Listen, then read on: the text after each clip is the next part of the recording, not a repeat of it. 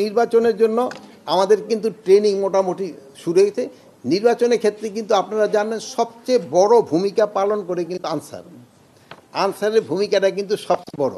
এবার আমরা আরেকটা জিনিসও করতেছি, অন্যান্য সময় আমাদেরই থাকে না কি জানি বলে ওই প্রিজাইডিং অফিসারের সাথেও কিন্তু আমরা একজন হাতিয়ার সহ আনসার দিয়ে অনেক সময় দেখেন যে প্রিজাইডিং অফিসারে অনেক সময় করে অ্যাটাক করতে যায়। এই জন্য ওনারও আমরা কিন্তু একটা হাতিয়ার সহ ওনার একটা আবার ওই গার্ড ব্যবস্থা করতেছি, যেন ওনারও কেউ যেন কোনো রকমের কিছু না করতে পারে, মানে ওই ইলেকশনের পিরিয়ডে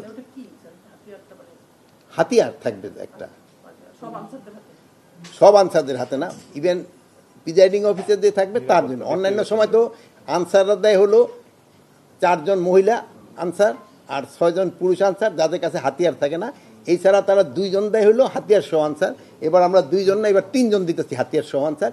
পুলিশের তো দিব তো আলাদা, এই র্যাব দিবে আলাদা, বিজিবি দিবে আলাদা, সেনাবাহিনী দিবে আলাদা, এগো তো হাতিয়ার আলাদা। নির্বাচনে শোনেন, নিরাপত্তা আমাদের কোনো অরাজকতা হবে না, বাট নির্বাচনটা হলো সুষ্ঠু এবং সবভাবে হওয়ার জন্য কিন্তু শুধু আইন শৃঙ্খলা বাহিনী তো না, এটার ক্ষেত্রে মেইন ভূমিকা পালন করে যারা নির্বাচনে অংশগ্রহণ করবেন, যারা নির্বাচনে অংশগ্রহণ করবেন তাদের তারা নির্বাচনটা কিভাবে চাচ্ছে এটা কিন্তু তাদের একটা বড় ধরনের। তারপরে আমাদের আসতে ইলেকশন কমিশন, আমরা কিন্তু সেই সময় ইলেকশন কমিশনের আন্ডারে থাকতে হয়।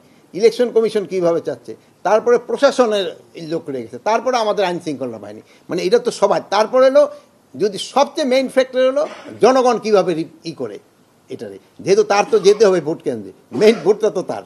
আমাদের যে হাতিয়ারগুলি হারাই গেছে এগুলির উদ্ধারের জন্য আমরা একটা সার্কুলার দিচ্ছি এবং আমরা একটা প্রাইজও ডিক্লেয়ার করতেছি যে ইনফরমেশনটা দিতে পারবে তারা আমরা একটা কত টাকা দিতে পারি, ওরকম একটা নিজেদের ভিতরে আমরা একটা কমিটি করে আমরা হয়তো 2-4 দিনের ভিতরেই হয়তো মিডিয়ায় দিয়ে দিব।